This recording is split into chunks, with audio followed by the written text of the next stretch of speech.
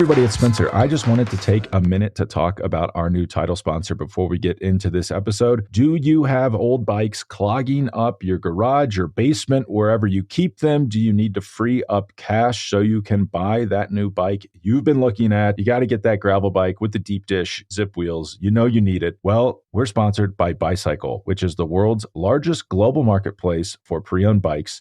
That's BUYCYCLE.com. With over 20,000 pre-owned road, gravel, and mountain and triathlon bikes on the platform, Bicycle connects buyers and sellers on a global scale, making the process of buying and selling bikes safe and convenient for riders. They pride themselves on easy shipping, fast and safe payments, top-rated customer service, and a huge selection of great brands at great prices. And you're probably asking, okay, I want to sell a bike. I want to get out of my garage. I want some cash, but that's got to be a pain, right? Like, well, how am I going to ship that? Well, when you sell your bike on Bicycle, they ship a bike box directly to you, and then someone comes and picks it up, and they coordinate a time that's convenient for your schedule. So it couldn't be easier. So if this all sounds interesting, well, for a limited time only, use code BTPListen to unlock 30% off your seller protection when you sell your bike on the platform. That is BTPListen for 30% off seller protection when you sell your bike on the Bicycle platform.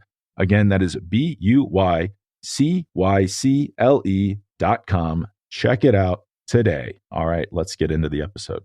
Hey everybody, welcome back to the Beyond the Peloton podcast. I'm Spencer Martin, author of the Beyond the Peloton newsletter. As always, I'm here with Andrew Vontz of the Choose the Hard Way podcast, thebetterlab.io. But before Andrew plugs the Better Lab, we want to say we have a special episode this week. Svein Tuft was kind enough to donate over an hour of his time to talk about his journey, his career. He just wrote a book, We Will Never Be Here Again, a book by Svein Tuft and Richard Abraham, his co-writer.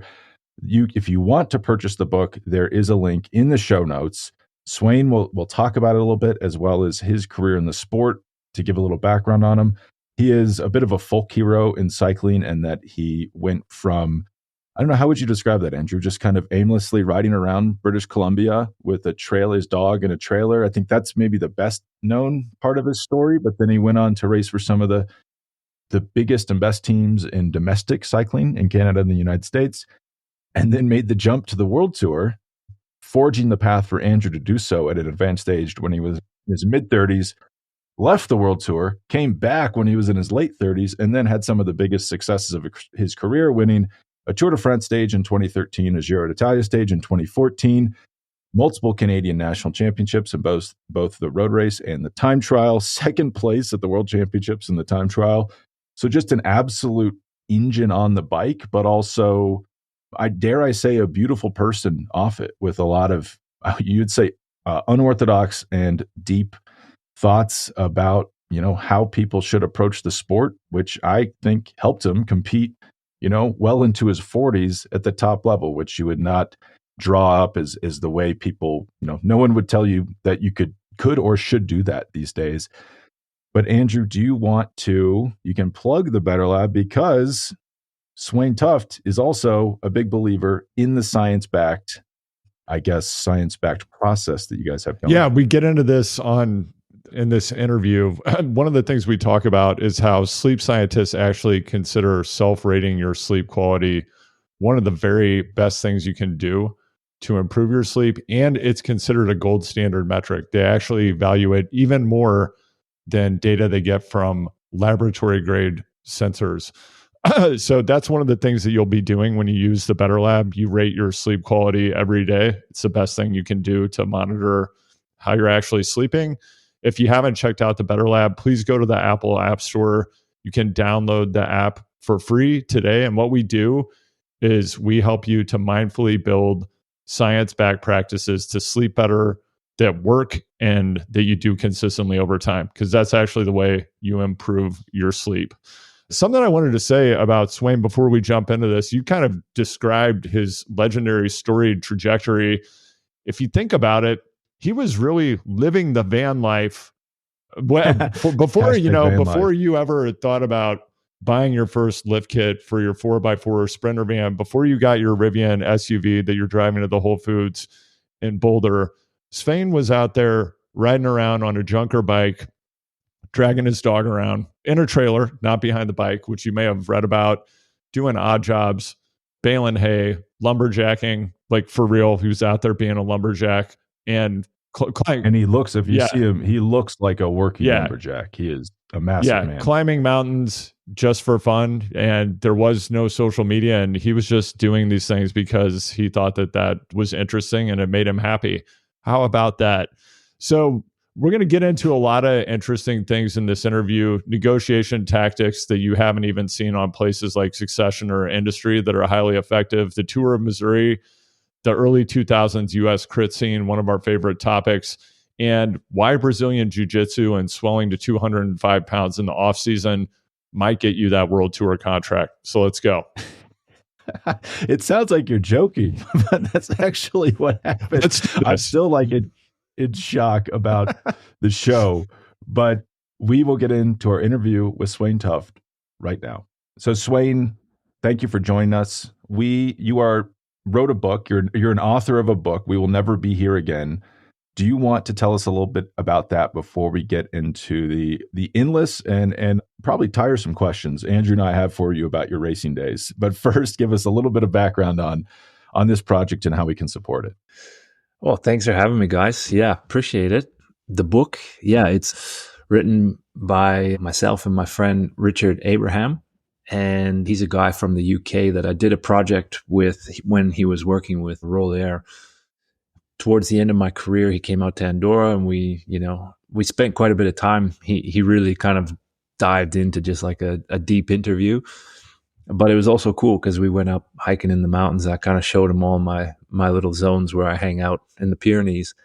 And we really kind of connected there. And when I actually retired, he hit me up and he's like, well, do you want to do this project? What do you reckon? And I knew I had a lot of stories and a very different pathway to the sport, but I wasn't necessarily someone who's a gifted writer.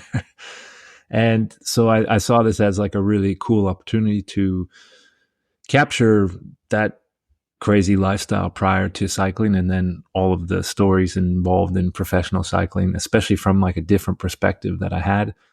And yeah, so we started the journey in like 2019.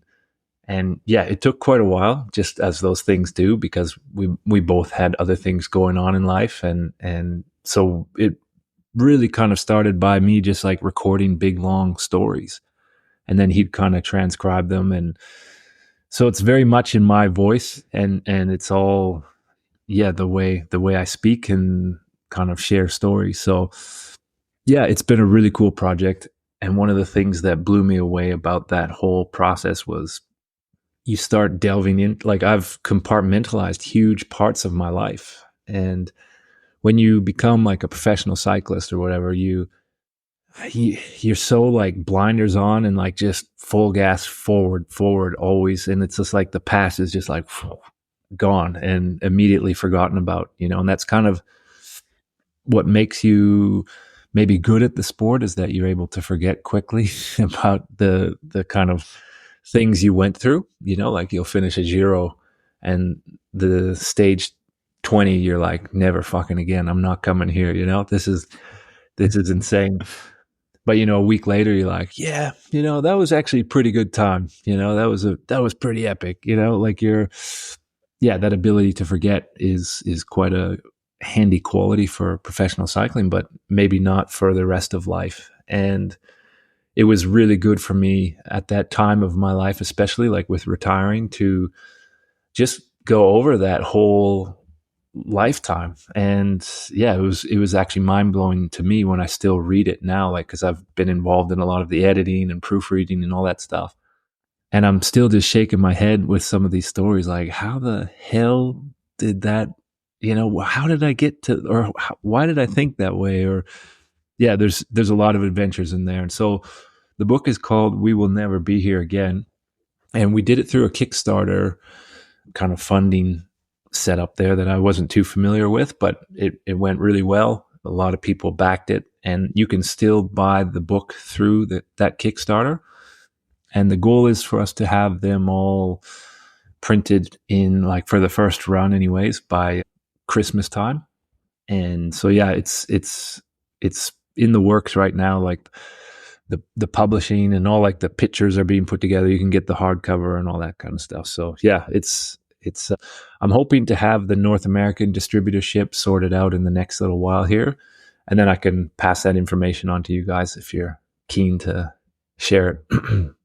Yeah, absolutely. That'd be amazing. So, Svein, something that really strikes me from a distance, because prior to today, I haven't had the pleasure of meeting you, and I'm really excited to have this conversation because I have followed your career very closely. You strike me as someone who does legendary things, and part of what I have found to be so compelling and interesting about you as a person is that doing those things seems to have been your focus, not doing them for the purpose of immediately telling other people about them. And I feel like we live in an era when so many people now do things just to instantly turn around and create content about it on the internet, which that's fine. That probably inspires some amount of people, and that affords some people a way to make a living doing things they love. Yet, I find it to be more compelling and interesting when people just go out and do things because that's who they are and that's what they feel compelled to do. And now that you're at this point where you're looking back and reflecting, I'm curious, as you were moving through this trajectory of your life and career, were you someone who considered himself a storyteller before working on this book? Yeah, well, look, I one of the things that I remember a lot throughout my career is like you spend a lot of time with people on the road. The Grand Tour, you're essentially a month with your teammate, and there's, especially in the days prior to so much social media and devices being such a big part of our life, there wasn't a lot to do but stare at the ceiling in some shitty campanile in France somewhere.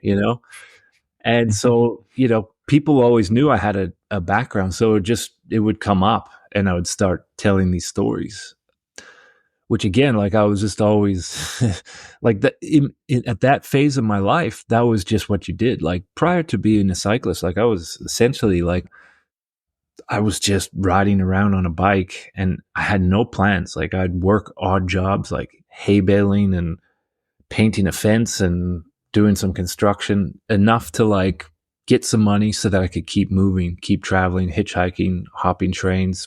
And it was that at that time in my life, it was really to climb mountains and explore. But like I look at young guys now and I see how obsessed they are with getting like a pro contract. And if they haven't gotten a contract by 19 now or whatever, they're depressed. It's like, it's such a different world. And I just feel so fortunate that I got to do like this whole other life prior to because I started, my first racing was like when I was 25.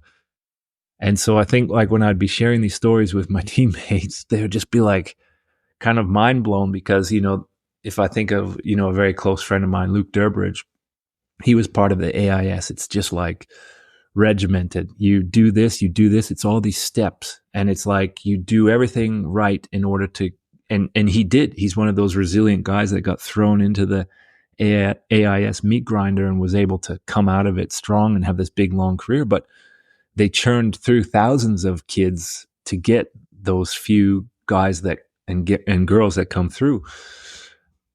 And I don't think I ever would have made that.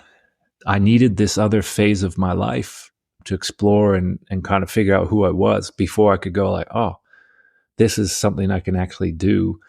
Where, in life, we need to have this somewhat of a balance where you can survive and still do things that you love to do. And that doing things that I love to do was so important to me. So it was kind of the perfect thing that ended up happening. So yeah, going back to your point, I think I became a storyteller over time. And especially in those days, as you guys know, like there was nothing, like the best thing I had was one of those throwaway cameras, where you bought them like a one-off and then you got them printed when you got back home. And I would take one of those on like a 6-month trip up to Alaska. And connectivity was, like you had like a calling card, if you remember those days, where you dial the operator, and then you punch in this crazy code, and you like, you call home like once a month and kind of give an update of where you are. And it's just so different now. And I've said this many times, but I'm so glad I didn't grow up in this era, because I don't think I would have captured the beauty of what that freedom was. That freedom for me was everything, because I didn't have those distractions. And I don't know, it would be so hard now to enjoy it in the same way, because it becomes that, right? I think this like social media and all of these things, it kind of creates this notion of like, I'm not doing anything if I'm not like creating something to show it. And it's just like, that was not the case in those days. You did it because it was this adventure, this thing that you were trying to achieve. And like, no one knew about it. No one cared, So yeah, it was a different time for sure. Yeah, it was pretty wild to me.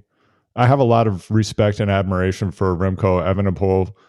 And, when he won the Olympic gold medal in the road race, one of the first things I read that he said about the event was about how he was thinking about what it would look like on Instagram when he crossed the finish line.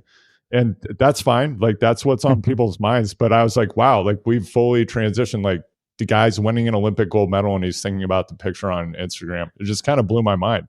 Wow. Yeah, that does blow my mind. But I get it, because if you've been immersed in something like that, it's a part of our brains now. It's a bit of a mind virus, right? These things they get in there, and as much as you're trying to be vigilant and aware of it, they still find their tendrils into the brain, and it's powerful stuff. So like, it doesn't surprise me. It's shocking in a way that it's like, wow, but at the same time, I understand how that works too. And just to rewind, let's assume not everyone, Andrew, followed Swein's career as closely as we did. You are... Yeah, okay. Also, sorry, Spencer, before we go there, I just want to say I'm glad that we're keeping our red thread of talking about hay and hay bales, which, Svein, we've talked about them on the past 10 podcasts for various reasons. Yeah, Spencer and I are both from the Midwest. We spent some time throwing hay bales. Nice. It's a big issue at SBT Gravel, and now we've got your pass with hay baling. We've just tied the knot. It's a beautiful job. It's all come together. Beautiful work, Did you grew up in British Columbia? Is that correct, Svein? Yeah. And I think you should be studied. I know you're not American. They should take you to Colorado Springs and just like put you in a room and debrief you for 5 days, because you came up through like the Prime Alliance team, where if you're not familiar with Prime Alliance, it was the big US team, like domestic team, and then Symmetrics, which I believe was like the big Canadian team. There's a running joke on this podcast that Andrew wants to go World Tour and he thinks this may be the year. But actually your story is not, it's not that far off that bit, because you go to the World Tour, to the top level of the sport in 2009. Were you like 35, 36 years old at the time? 34? I was 32. 32. Yeah. And then you get kicked back. You're back at the Pro Conti level, which we had Riley Sheehan on the show, and it's like, ooh, that's the danger zone. Like, you come back from Europe, a lot of guys don't make it back from that. And then you go to Green Edge and you win a tour stage and a Giro stage. Must be in your late 30s by then. Like that, I don't think that I'm now 36. When I did my first tour. I'm in my late 30s myself, and I don't think it fully sunk in for me, the enormity of that feat at the time, and now until I'm in my late 30s. Like, I'm curious to get your thought on like this, if you're not 19, you're nothing. We don't want to sign you. Like, I think we have a mutual friend, Jack Burke, who's in his mid to late 20s, has to have one of the best watts per kilo numbers in the sport. And he's probably having a hard time getting on a team, because they're like, well, he's mid 20s. Like, we don't want to sign him. He's not 19. Like, do you think this has all gotten a bit ridiculous? I think it's gotten out of hand. It's hard to watch, because I'm involved in a few foundations here in Canada where we're part of developing young riders, and part of it is like mentorship. So you talk to kids coming up, and kids that have talent, and you listen to their dialogue in their head, like what they're explaining to you. And it's so hard for me to hear, because they're like 18, 19 and carrying all this stress about they're not pro yet and they got to get over to Europe. And there's just this like constant push that they're not good enough. And it's so hard to listen to that because it's just not true. You know, like as you develop as a person, as a rider, it takes time and everyone's different. And that's why like I hate this idea of like writing people off, which is what's happening in current professional cycling. It's, you know, if you haven't ticked off these boxes, it's just forget about it. You know, I think back to my first world championships. I came back from those just absolutely scarred. Like, there's no way I can do this sport. My first Tour de l'Avenir, it was just mind blowing. You know, I thought I was pretty good. You know, I came from the Pacific Northwest racing here and went straight over to the Tour de l'Avenir, and I just got my head kicked in every day. I was like out the back with this Ukrainian fella, like with a crooked bike, and we'd just be doing like 2-up time trials just to finish before time cut every day. And if like we weren't crashing, getting blown out in the crosswinds, like it was just a totally different thing. And so I needed time to develop in that way. And I was lucky I was still part of an era where cycling was healthy in North America.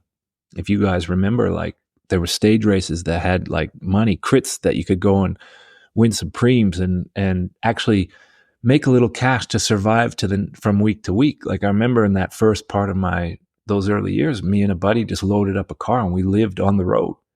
And if we won some races, wow, we got a hotel for a little bit or got some decent food for a while. And it was like it was an adventure that I just think kids cannot do now.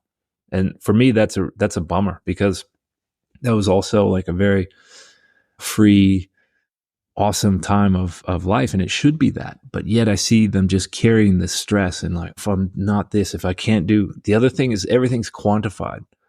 So if you can't reach this watts per kilo and all this stuff, it's too much for kids to know. It's losing that beauty, I think, at that part of, if I knew, let's say in those early years, I knew, like if I knew the numbers, I think it would have been very taxing on my head if I wasn't always able to get there. I just thought I was strong, but I had no other way to quantify that other than in a race where I would just give her like 100%. And sometimes like I'd blow up and not finish the race, or like, you know, or other times you would win by 5 minutes. That's all I knew in that time. But that was a really nice time because there just wasn't so much information about where you're at. And I think we want to get back to that a bit. You know, there's like all this data and all this stuff is really helpful to track over time. But I think just like a lot of these things that are like, we have so much going on in our heads. And I think the more that's chipping away, it's just taking energy away from your overall picture. So, yeah. Well, yeah. Like a pet peeve of mine is Remco Evenepoel never follows Pogačar when he attacks, because I'm sure he's just like, well, I'm at my numbers. I'm at my numbers. But as you say, like, unless you do it, you don't know. Like, how does he know he's not going to blow up if he doesn't? And I just feel like it's almost a disease in the sport currently where everyone's so obsessed with these numbers. And even what you said, we go to races, you got to win to eat.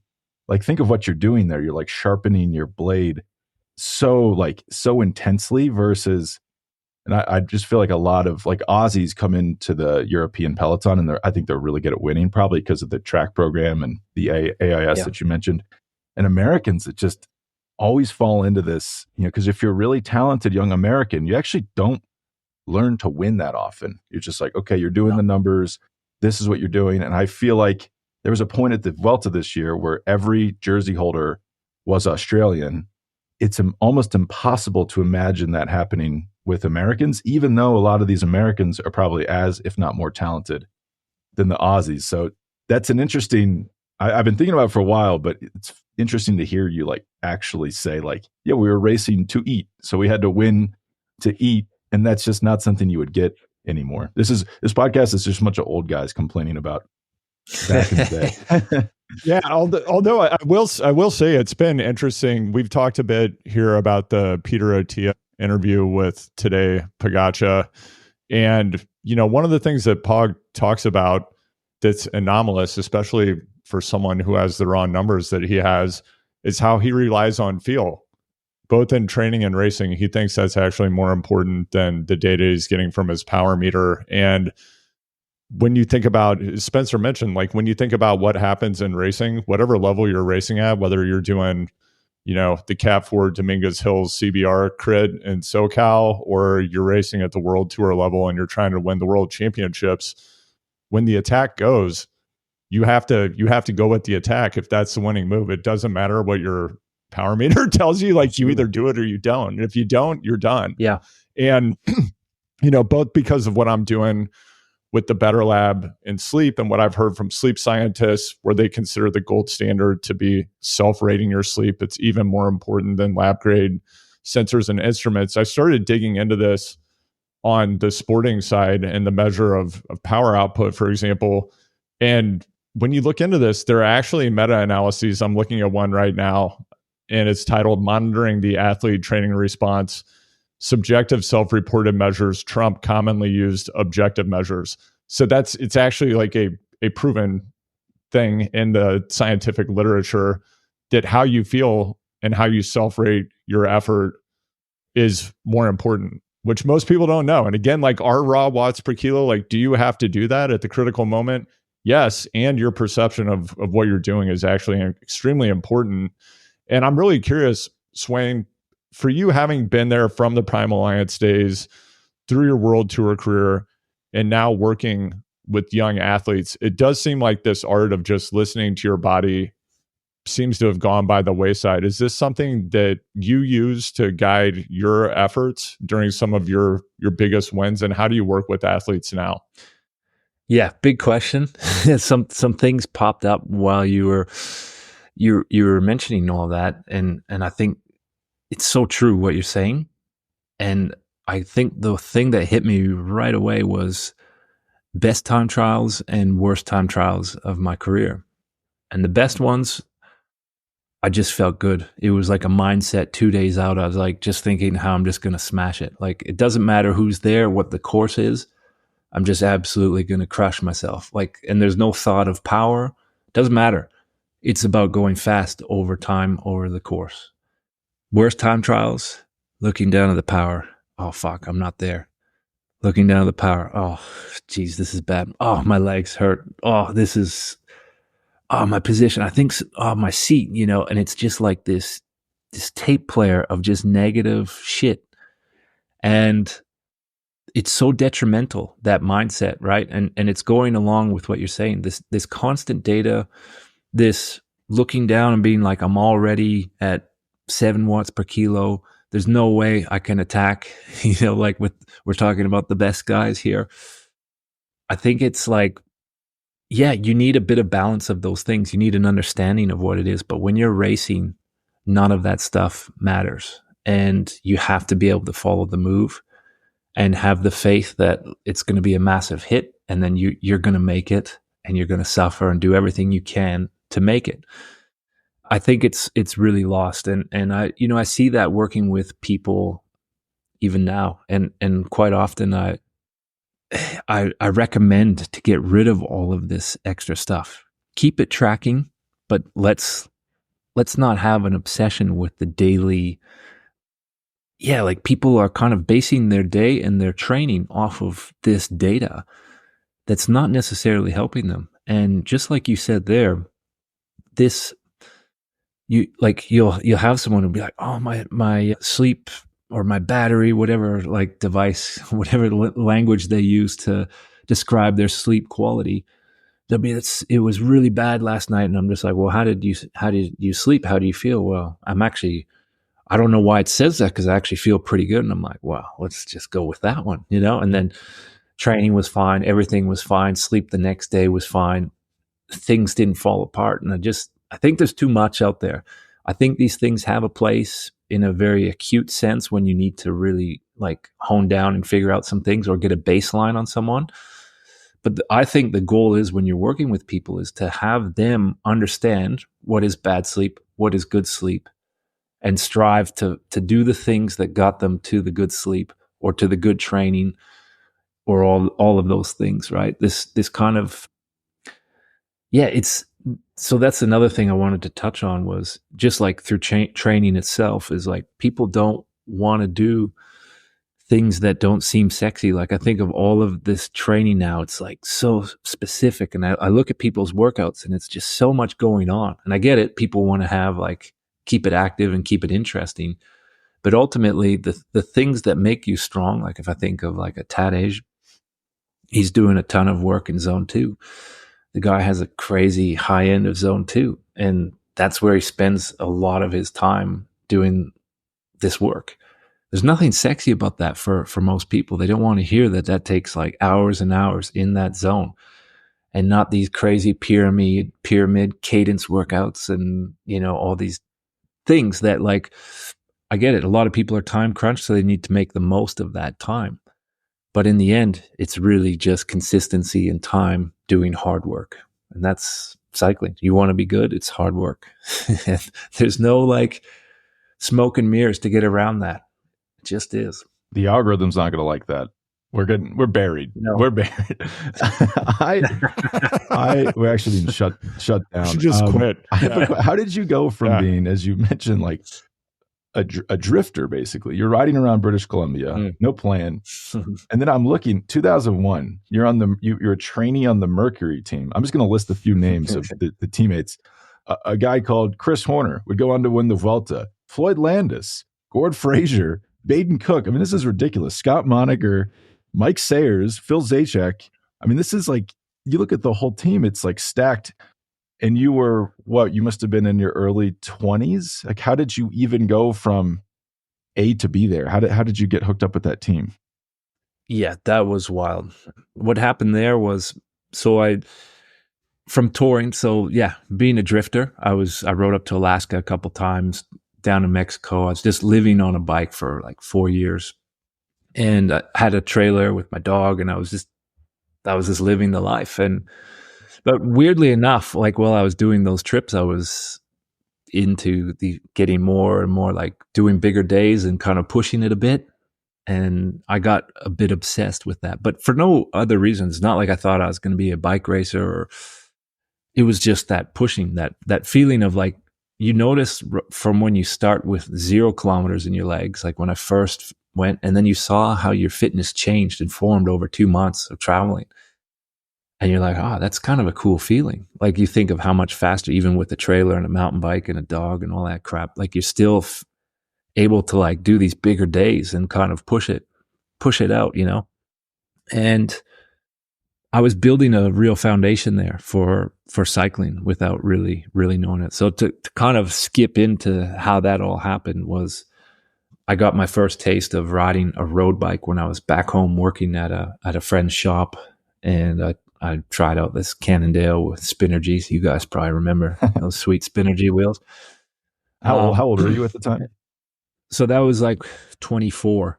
Yeah, 24, like 25.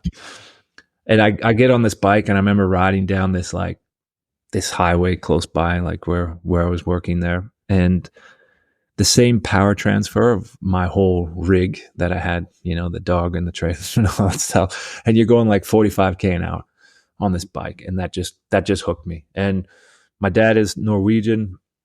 We weren't like, because I dropped out of high school, and I was like basically disappearing for big chunks of time. My parents just thought I was nuts, so we were kind of rehashing, you know, like getting, you know, like father and son again. And he had like so my grandfather went to the Olympics for cross country skiing. He was very much into European sports. My dad always was, and he did a lot of these sports.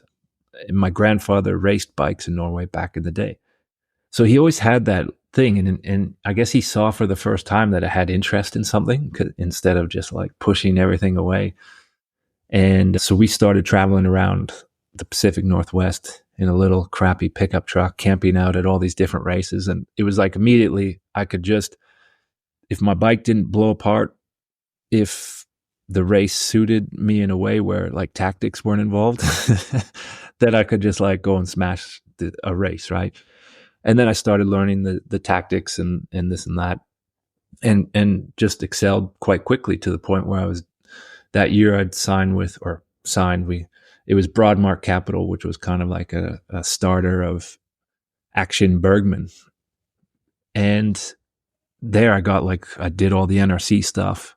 And at the same time, I was doing some national team stuff, which got me kind of noticed for, I won a stage at Tour de Beauce, but I was also in a big breakaway with Hank Vogels. And so Gord and Hank Vogels were there for Mercury, this team you speak of. And they pushed to get me a stagiaire position. Because, stagiaire position is quite funny.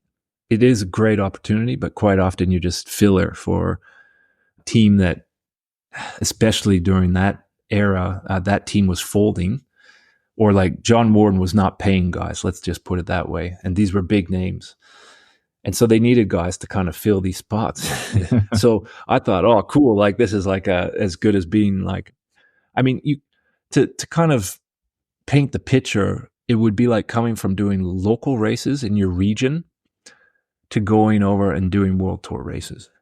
That's essentially what it was. I did a big ride at Nationals. I was in the breakaway with all like the best Canadian guys. And that's where, I just started getting this notoriety, but I had zero understanding of racing. And so, when I went over for the stagiaire position, I was in like GP Plouay, Tour Finistère, way over my head. Like I said, it was scarring. I was just like, well, it's clear I can't do this sport. Like there's just no way. And I thought I was pretty good, like locally I was pretty all right, but it's just such a different world. You got 200 guys that are all just ripping it. And like I said, crosswinds, all these things I didn't understand. So to kind of cap off that season, I was in Tour de l'Avenir with Baden Cook, Matt Wilson, go down the list of names. And Baden was like just crushing all these, like winning mountain stages, sprint stages, all this kind of stuff. And I got tangled up in a really bad crash in like stage 4. Buggered up my back, and I just like, it was time to go home. And I flew home on September 11th, and I was on one of the United flights going over to Canada. And we got grounded in Newfoundland for like 5 days kind of thing, and sleeping in a church there.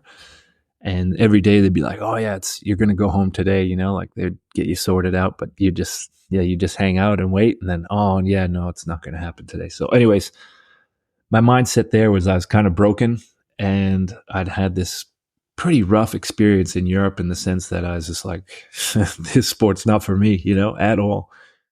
And I remember I came home, I had like bikes, and I just put them in like a closet, and I wasn't thinking about it at all. And I kept getting calls from John Warden, because that's how people did things in those days. You'd get phone calls. and Kirk Willett, this awesome guy from Bend, Oregon. He kept calling me about this new Prime Alliance team. And I just wasn't having any of it. I wasn't interested at all. But then, some time goes by, you heal, you kind of start to get that hunger back a bit.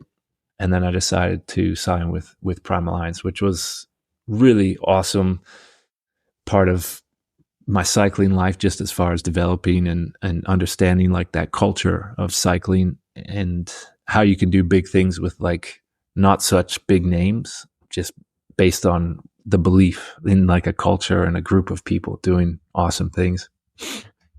I'm looking at this Prime Alliance lineup. Yeah, it's that Danny Pate, Mike Creed, Russell Stevenson, who actually Brian I was Brothers. teammates with. So we're coworkers, we're colleagues, Swain. We were teammates with the same person at one point. But yeah, the thing, there's so much there to unpack. Well, first of all, the first time I saw you in person, you got on an elevator at the Four Seasons Maui, and you were in like a cutoff. You had an Orca Green Edge jersey on, but the sleeves were cut off. And I thought it was just like a strong man walking around like a fan. Like you don't cut the figure of, I guess, what a young cyclist would be thinking that big their bone. body needs. I've always been big boned. Yeah. So with that build, going over there, just getting throttled, which is such an interesting thing about pro cycling. I don't know if I can even fully explain it to people. Like, if my wife would be like, someone's good, like, why do they struggle? It's like, like you kind of sucked for a long time. So like, you're really talented and you just lose races for years. I do worry that is getting taken away. Like in the NFL, you'll see these quarterbacks come in, and if they're not good in 4 games, it's like they're out of the league for the rest of their life, which that does not seem healthy. But how did you, like, were you running up against or were you just so strong you think that it didn't matter? Or were people ever like, hey, you need to slim down. You need to slim down. Were you hearing that all the time, or you just like didn't care at all? Oh, yeah, it's really, well, I think back to my first Prime Alliance. Oh no, let's see. No, it was my second Prime Alliance camp. I spent the winter just skiing, backcountry skiing. I didn't touch a bike from October, well, probably not, more like September, until we had training camp in March. So didn't ride at all. And I was like, I better get down, I better get some riding in, but it's just shit here in British Columbia at that time of the year. And so I decided to ride down to training camp. That was our Prime Alliance training camp in just outside of in Thousand Oaks. And so I was just like, yeah, I'll ride down the coast. That'll get some good base miles, and then I'll hop into training camp and be all good, So I ride down, and where are you sleeping? Yeah, just on the side of the road.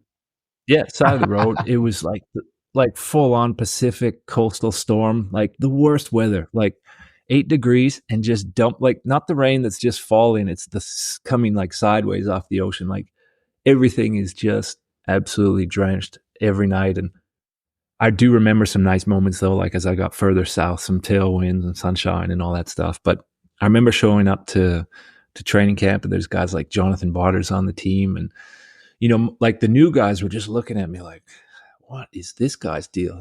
Like all the guys who knew me, Peyton, Creed, and Candelario, like they knew that's just how it was. But, I think it was really mind blowing for someone like Jonathan Waters, who'd been immersed in like European cycling, right? And everything was like this obsession with just whittling down to nothing. And yeah, I just didn't care because, to be honest, I didn't care about contracts or my future in the sport. It was not something I grew up with. It wasn't until later that I really started caring more about that, when it becomes your livelihood and you realized, oh, I've actually dumped like 10 years into this. Like I need to, and you're starting a family or something like this, right? It becomes a different thing. But at that time, I just didn't care. It was part of an adventure. Because you have to remember, I came from like nothing prior to that. I was happy with my bike and a trailer, and that was it. Because I barely had a bank account, that had $50 in it. Everything was cash. I worked for cash, and that was just like, and there was nothing, So and I was completely happy with that life. So this stuff that I was doing was like, I was just trying to suss it out and see if I could make it work.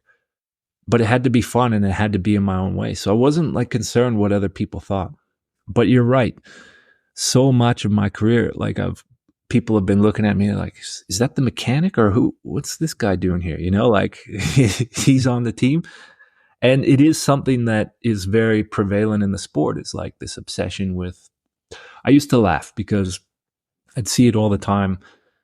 In Europe, it's very much like the judgment of a guy is based on how shredded and how lean he is. He could be absolute rubbish in the race, but if he's shredded, the director's like, oh yeah, he's been doing the hard work. He's looking good. They're just like high-fiving each other by how skinny and how shredded this guy is. Meanwhile, he can't do anything in the race, but like he looks good in their opinion, and like cycling is still struggling with that whole. That's a problem to me. I think that's a real issue. And I think it's getting better. Like you see Uno X and these certain teams putting an emphasis on maybe looking at like, so I can share some of my stories in that same light, is like when I would try and get really lean for me. So I was always kind of around like 79, 80 kilos, or quite often in the early season, 82 kilos, because I'd be cross country skiing too much or other things. And I was a time trialist. That was my best thing. That was what I was good at. When I tried really hard to get down to 76 kilo to climb and get over the mountains better or whatever, be more efficient, it worked for a while, but it took away from the thing I was actually good at. And so what I mean by that is like, you have some windows of like where it's really effective, and in the right circumstances, it helped. But overall through a season, it wasn't beneficial. And I was having to pay a big tax to stay there. And it was taken away from the thing I was best at. And so in order to do the thing I was best at, I had to feel good all the time and almost keep building the body rather than tearing away from it. And I felt like so much of that time and that part of that sport was just being catabolic all the time, to the point where your body would just be like, I've had enough. And it would shut you down. Like, the body will always shut you down and you can't do anything about it. And when you'd go through those phases, you would need a lot of time to build back up again. And so, yeah, it's kind of, I saw so many people kind of going in these like yo-yo states, like these massive peaks and valleys. And I was like, in order to do this in a sustainable way for me, I have to do it like where I can have those little peaks and bumps and that, but I have to stay at a high level because they're just going to chuck me in all kinds of races and my roles is going to be very different. And I'd rather just be durable and healthy.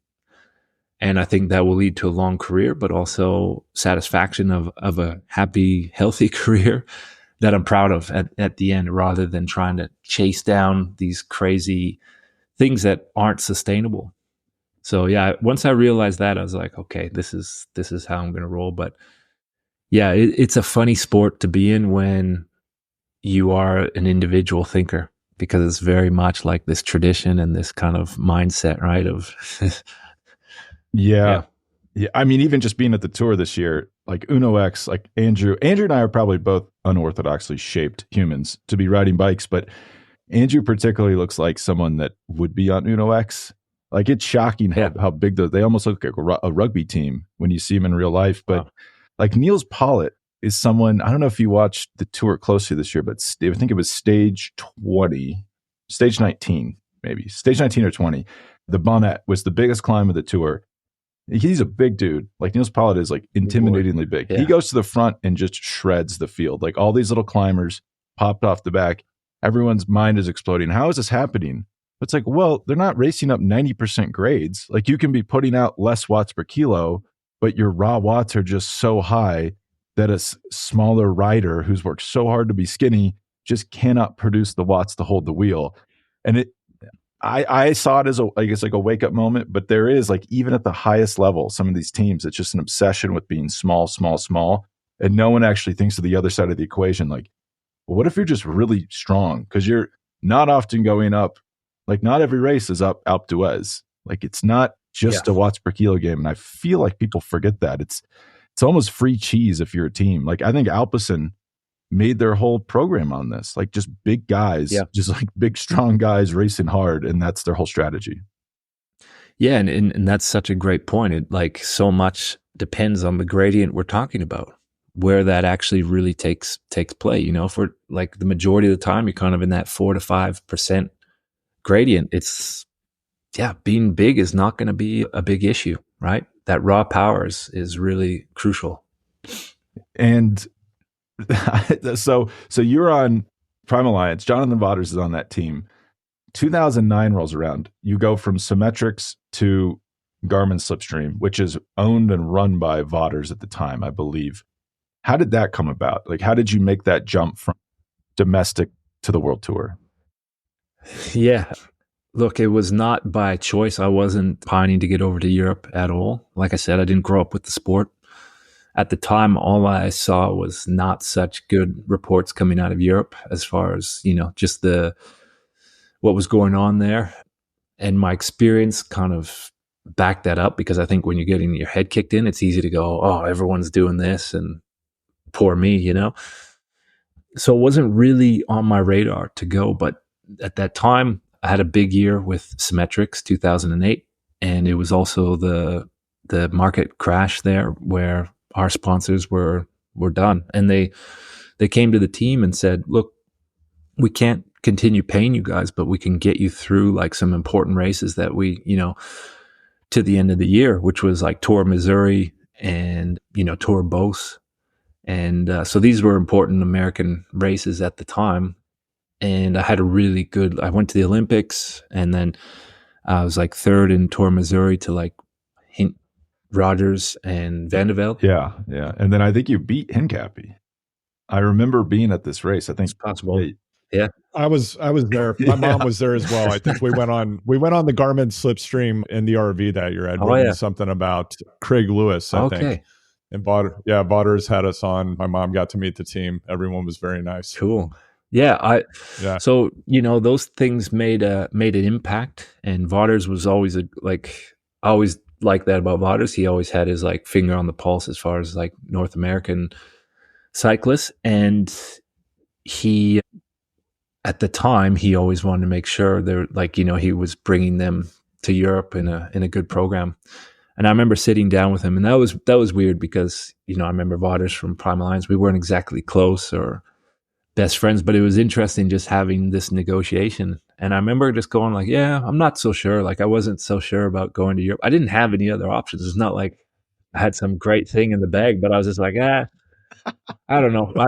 I'm going to go to world championships and see how that goes. And then I was kind of just thinking I might be done, even on like, cause you have to remember too, like going back to my thing of like, none of this I really expected.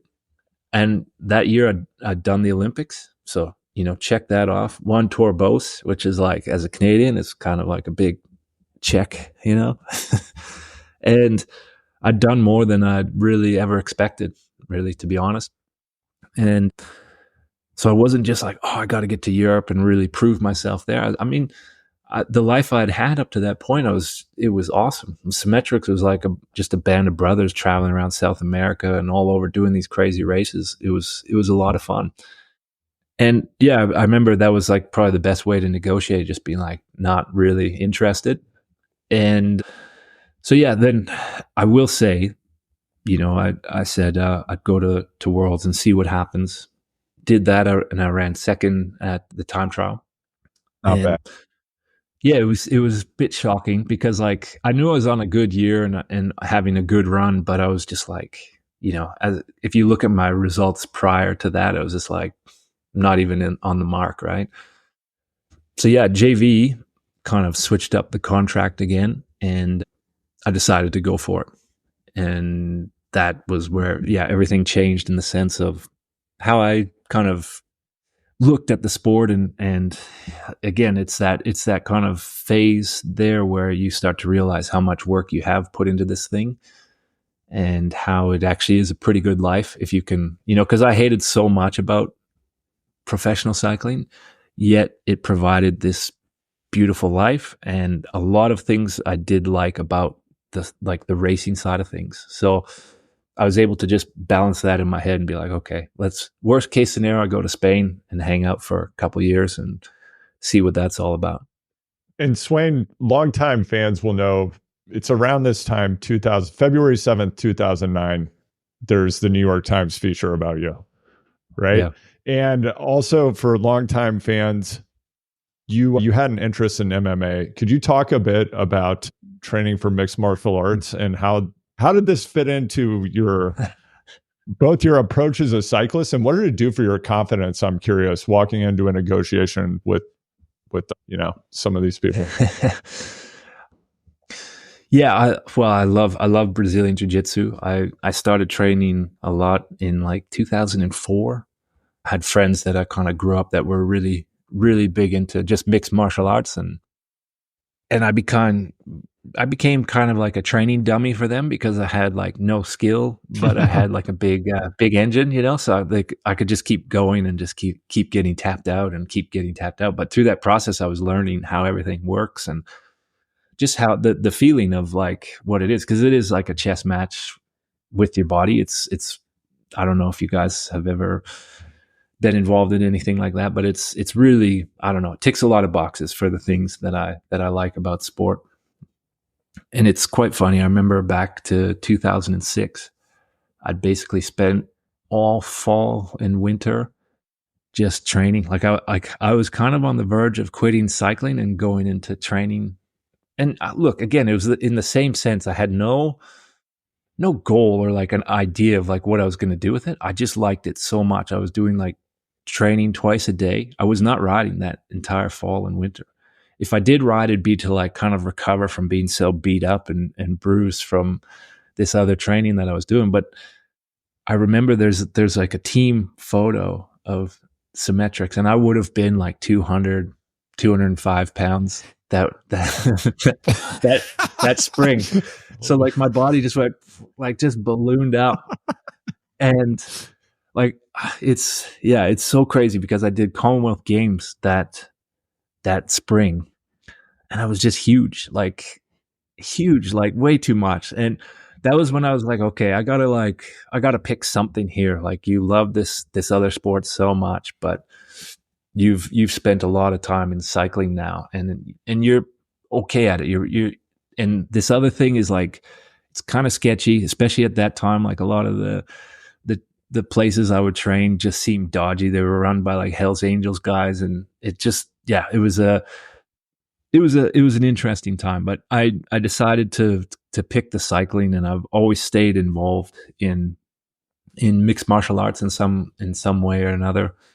But yeah, I think one of the things, it gives you confidence, but I think the number one thing you realize with that kind of training or understanding of any kind of martial art is that people are dangerous, and you're better off, like, the number one thing, get out of that situation, or don't get involved in that situation. And that's what you learn, is like, all it takes is just get clipped just in the wrong way, and no matter how good you are, you're KO'd and you're getting stomped. So it's like, it's just not worth it.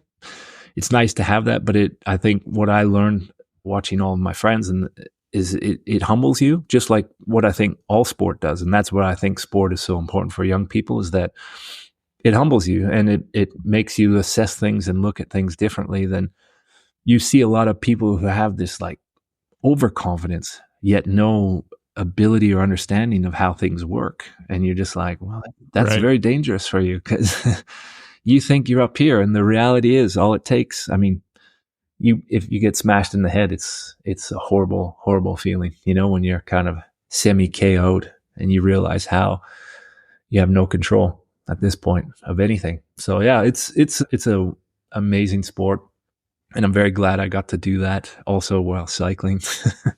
I might not have been, to my team's excitement, but you got to do what you got to do. And how did you fall in? So you're not on Garmin in 2011. You're back in Canada on Spider Tech, which actually produced a lot of good riders.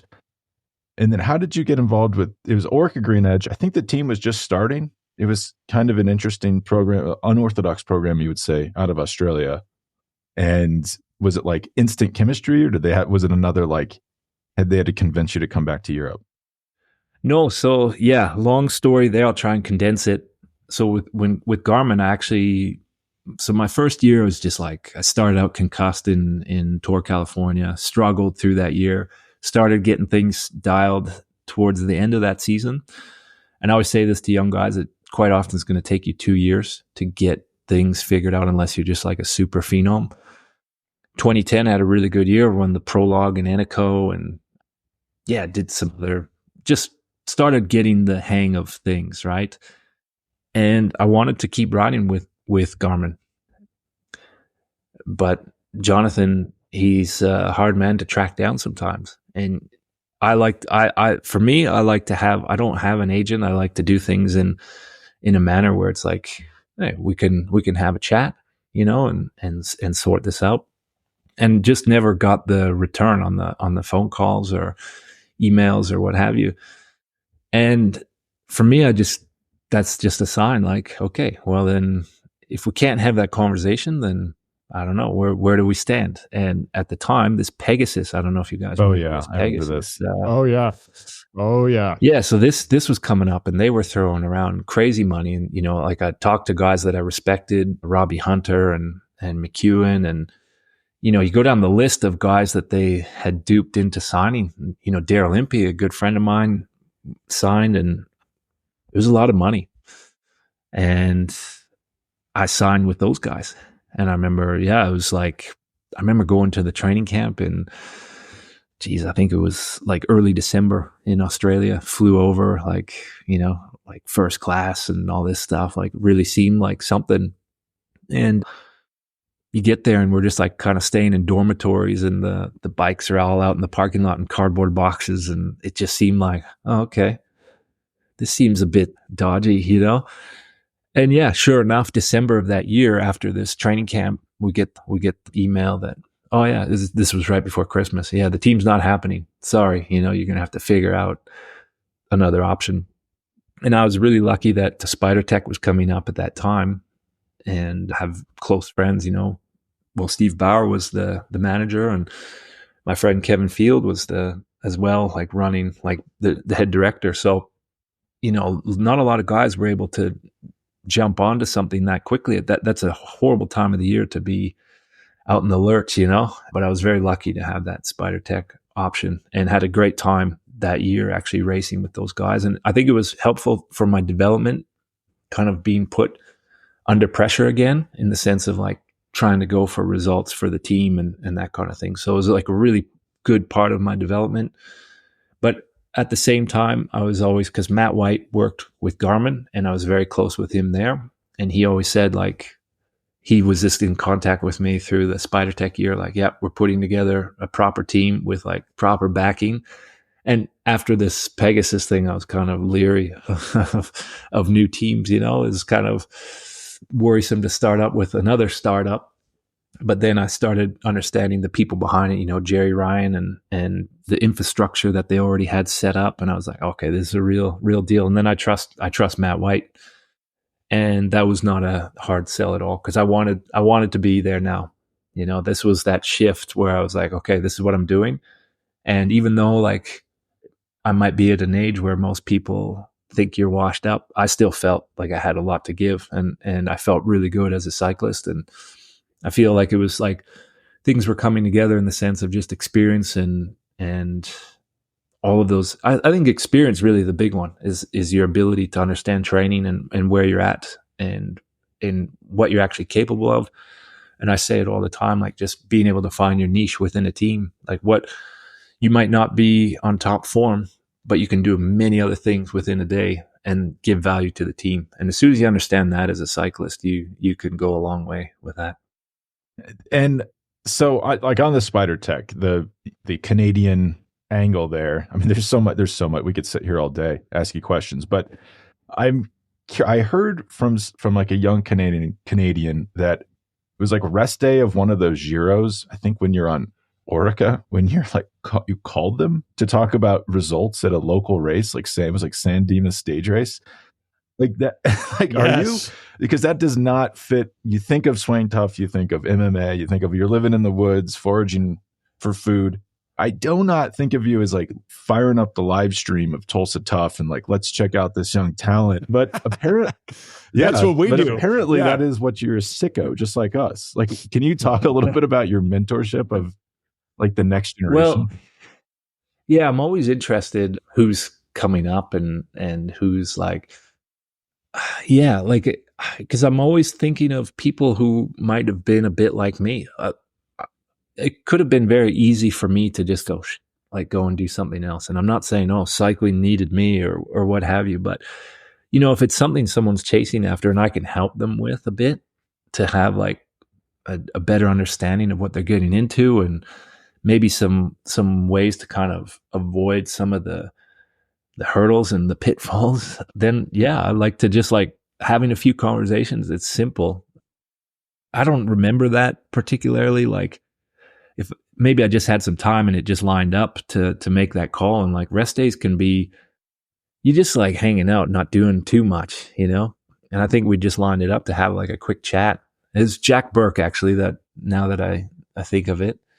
And yeah, I saw this guy doing well, like in the US races, which I think, you know, as you guys can probably attest to, like the best guys in the US, numbers are through the roof. They're incredible riders. You know, I was part of the NCL last year, and I saw how the guys are training and their capabilities, and they're as good and as strong as any European rider.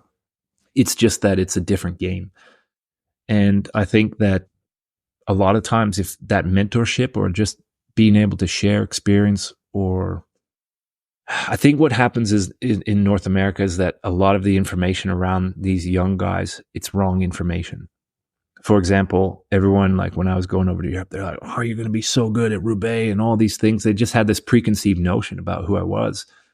And meanwhile, it's like, well, yeah, okay, maybe that's true, but also like where some of my best performances were in other things like team time trialing or just being a guy who could be durable throughout a grand tour. So yeah, I think a lot of times there's just not the right information. And I'm not saying I have all the answers, but I come at it from a different angle. And I think it's nice for people, like, especially coming up, to get as many different angles as you can from people who are from that world. So it feels like we would be remiss if we didn't ask this question. What do you make of what's happening with gravel, and does it afford young people any opportunity to actually develop to go to the highest level of the sport? Or, something Spencer and I have talked about a lot. We see so many parallels between, Norba cross country racing in the early 90s and what's happening with gravel now. Where do you think this is going? And are you interested in it at all as a competitor? No, yeah. So like the last part of that question, not at all. Because to me, it's just road racing again. I think there was a time when it was always going to go that direction. As soon as there was like money and industry wants to be involved, where they're like, well, we want you to do these events and we'll give you this and that. And then it's going to turn, because if you're a rider, you got to go and win those events, and the caliber and the competition's just going to keep getting harder and harder.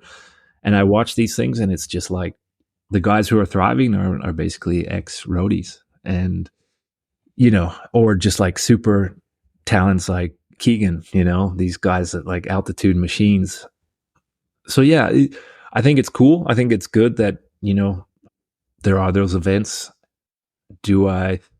Is it interesting to me? Yeah, I pay attention to like some of it, but again, it's just another form of kind of road racing to me, because I feel like it's like similar tactics and similar style of racing. So yeah, I don't know. I don't know where it's going. I can only assume it's going more and more like UCI World's Gravel Championships, where it's like almost like a Strada Bianchi, right? When you see guys are running like 32C tires or 34s to win the gravel world championships, you're like, well, I don't know. That's not around here. You kind of need a 2.2 tire to just get through the day without having 10 blowouts. So that's what I love about gravel, is that it can mean so many things, and it's really open to the interpretation of what do you like, what style, like aero gravel bikes. Is that really necessary if you're not going above 40K an hour? I don't know. Maybe for some people it is, but for me, it's definitely not the case anymore. Where do you live now, Svein? I live in British Columbia in the Kootenays, in the kind of a mountain range close to, I would say like close to the Alberta border, close to the Rockies. Do you miss how did you adapt to the European lifestyle? Was that extreme? Took a while. Yeah. When I first moved over to Girona, there was no one there. There was a few, like, remember like Van de Velde, Mike Berry, Hincapie, those guys were around here and there. There was no one. And now, like, it got to the point in my first year, I was like, I got to move out of here. This is too crazy. And that was like not even a time when it was crazy there. So I moved out into the countryside and had a garden, and kind of was able to remove myself from cycling on the time off. But then Europe grows on you. Like the time that I spent there, I really fell in love with just the way people live there. It's a different mentality. There's not this obsession with acquiring things and always pinning it to get more stuff and money and all that kind of thing. So I really like that about the culture, and just kind of the value was in time rather than stuff. And so, we lived in Andorra. It was awesome. Had a really good life there. We miss it. Yeah, I'll just say that. We miss it. Yeah, it's funny you say that. I spent the summer in Europe with my family, and I actually felt myself being less financially ambitious by the end of this day. Nice. And it's like, yeah. and even look, because Yeah. here it's like constantly like, got to get a new bike, got to get a new bike, got to get a new bike. And I was just getting blown away by people on, like 2009 road bikes. It's like, wait a second, this Yeah. might be a bit of a scam. Hold on, what's happening here? So I could get that bike for 700 euros and it won the Tour de France of that year. Yeah. You know? Yeah. And Why wouldn't you? Like, that's what I always recommend to people is like looking at bikes, getting into the sport. It's like, don't buy this $12,000 bike over here with the disc brakes and all that stuff. Get a used Wicked Scott, whatever, Addict with rim brakes, carbon everything, Dura-Ace for, $1,000. I think like Ryder Hesjedal's Giro winning, but what brand was that? It must have been Cervelo. I think it was after Cervelo. And I think it's sitting in the Maui Cyclery window. You probably could go buy it right now for like $800, and that thing flies. Like, I bet it's a machine. Yeah, absolutely. If you were going to give any advice to young cyclists wanting to go pro, other than don't go pro, what would it be? I find I say this a lot, but I feel it's probably the most important thing is that you have to love it more than anything, because it's a long haul. Even if you're super talented, it's just so many ups and downs and trials and tribulations that if you don't love it, if you're just after other things like fame or money and all, and maybe those things that come at the very high point of it, it's not going to work, because it's too much in between, too much unsexy stuff. Like I said, you got to love that kind of day-to-day grind, the consistency, the just going out on shitty days and going like, this is what I got to do. This is going to make me stronger in the long haul. Just kind of having that long-term vision of this is just going to take time and nothing's coming fast. I talk to so many young people. They're like, I want to get over to Europe. I want to go pro right now. Can you connect me with so-and-so? And it's like, what are you doing in the local race? Everyone's chasing me down. Everyone's like, they know I'm the best there. And it's like, well, that might be an issue when you get over to Europe. If you're not lapping your local crit by like 4 times or winning the road race by 10 minutes, I don't know. It's not going to be super fun in Europe. Let's just put it that way. Go grab a hay bale. Yeah. That is such a good point. And I've been that guy before. It's like, God, I just don't think the style of racing is good for me in the US. I just need to get Yeah. It needs to be harder. It needs to be harder for me, If it was harder, then that would suit me better. Andrew, we should let you go. We don't want to hold you all day, but Andrew, do you have another question before we leave? Yeah, I think my last question, Svein, is, of all of your time in professional cycling, who is the rider that you found to be the most interesting human being? Ooh, that's a hell of a question. Most interesting human being. Man, there's so many characters in that sport. I could definitely list a few. Zabriskie kind of comes up as just like an anomaly of that, guy just found his way, but was very much not like, he was at that top level, but he was just, such a character. I think of my friend Mitch Docker, who's just such an interesting guy. Very much the opposite of me as far as like extrovert and like kind of the life of I find people like that fascinating, just watching from afar. Yeah, there's so many characters out there. But I think those two kind of stand out for me. Yeah. I could probably go on a long list there because, well, actually, no. You know what? I think of it, Danny Pate. It's probably one of the most fascinating characters. Something people don't know Danny because he's not out there at all, and he would probably never give much of an interview without being just sarcastic the entire time. But he's probably one of the smartest people I've ever come across. One of the funniest people I've ever come across. And really was a guy who stuck to his own thing, It was not a sellout at all. You could definitely say that about Danny. He's like, he had a firm belief in who he was, and that was it. So I had a lot of respect for someone like that. I also found him very interesting. Just, again, I guess I found a similar connection in him in the sense that I never felt like I fit in the sport, and yet it still was a great, like it provided my life with a lot of great things, and I got a lot of great satisfaction out of it. And I think Danny was similar in that sense.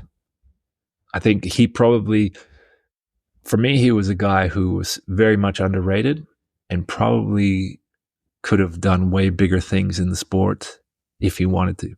And a lot of people could just say that, but with Danny, that's the truth. He was that talented. Yeah, because he's actually, that's interesting. I actually forgot about how good he was. He's probably one of the best American cyclists no one's ever heard of. Because as you say, he's like had a 100%. Very like, I don't care attitude, but at the same time, he was on Team Sky, like in their most dominant era, which is wild to think about. Yeah. Yeah. He's a motor for sure. It's funny. Mitch Docker. I was walking with Mitch Docker through the streets of Dijon this summer, having a conversation with him, looked back, he was gone, had just been consumed by a bar. Like just like ate him, and he wandered in and had like 5 friends by the time we found him. Exactly. Yeah, that's fascinating to me. Do you think those type of characters are getting ironed out in the, let's say, in cycling 2.0 or whatever is happening right now? Yeah, I think that like watching from afar, that's kind of what you'd think. I don't know though, because I know that I did so much kind of judging back in my day. And then you get to know someone and you're like, holy, this guy's cool. Like someone who you would have written off. And I did a lot of that, unfortunately, when I was in my career, because it's just part of that kind of, I don't know, I think it's just part of being a man. And like you're up against these other people and you see them not as the enemy, but they're not your friend in a lot of ways, because they're going to carve you up when they get the opportunity. Or so you kind of make these notions about people and they're not true. So I think you're right. I think that's probably a lot more truth to it, because it's far more regimented and just, I think, taking a lot of the life and the character out when you're weighing your food and everything is calibrated and measured and obsessed about. I think it takes the excitement out of life a bit. I think I like that kind of wild variable. I like characters that kind of do their own thing, because while they might not fit into the way things are going now, they bring some amazing experiences and a different approach. And I think that, right now things have like turbocharged with so much of the sport and nutrition and technology and the sports science side of things. And it's all going in one direction. And I think that will wash itself out. Like that will hit a height, and then we'll need that kind of, I think that's why Pogačar is doing so well, is because you mentioned, Andrew, earlier, how he just races with heart rather than everything being like, he does stuff that I'm sure his own team is like, oh man, like, can he pull this off? Like what the hell is he doing? I think that's why he's such a phenomenal cyclist, because I think he's probably stepping outside of that a bit. Whereas, like you said, a lot of people are afraid, like the super talents are afraid to take that big risk, because it's going to look bad on they're going to look weak on their social media thing, right? Or they failed or they blew up. And I think that's a big problem. If you're not willing to take those risks anymore, it just becomes, and I find that's the same with people's attitude or their character. If you're not willing to show who you are and say what you think, well, then we just get like this kind of monoculture, and it's not super exciting. You listen to people talk and it's like, well, not much there. I'm not saying people have to be exciting or explosive or crazy. It's just like, be who you are, don't be afraid of that. Well, I think that's a great place to end. And also, when you're in a contract negotiation, you have no BATNA. Just act like you don't care, and you'll do pretty well. That's high leverage. Yeah, it's the best leverage you can have. I learned a lot with that. Just okay, wow. Because I was almost every contract I was in, I was willing to be done with it. If they said, "Yeah, no, we're thinking, you're not the rider we were hoping you'd be, we're going to drop you down to this amount," I'd be like, okay, see you later. Like, I was ready to stop every year. And it's not because I hated the sport. It's just that I didn't think the sport was everything in my life. a lot of power there. You're going to have like a brand now. It's like you're going to go around speaking engagements like every day, 10,000 people. This is the TED Talk. It's yeah. like a massively popular this podcast. is the TED Talk coming soon. Blowing up your 22 social million media views. feed. Just you're in every time anyone scrolls, Yep. it's you. These are the 5 things you do. As long as I get a headset and a sharp looking suit, and that'll get my motor going. Yeah, it's like De Niro in Heat in a cycling contract negotiation. It's ready to walk away. That's a very good point. Well, the book is We Will Never Be Here Again. I will put the link. And we won't. We will this not. is it. No, I'm sad. But I'll put the link to the Kickstarter in the show notes. You can back it there, and then Svein will send you the book, and you can read it. And I'm sure it's going to be a beautiful hardcover piece of art. Well, thank you so much, and hopefully we talk to you again soon. If you're ever in the U.S., either Maine or Colorado, please look us up. Right on, guys. Thanks for having me. Thanks for being here. Great to meet you. Likewise.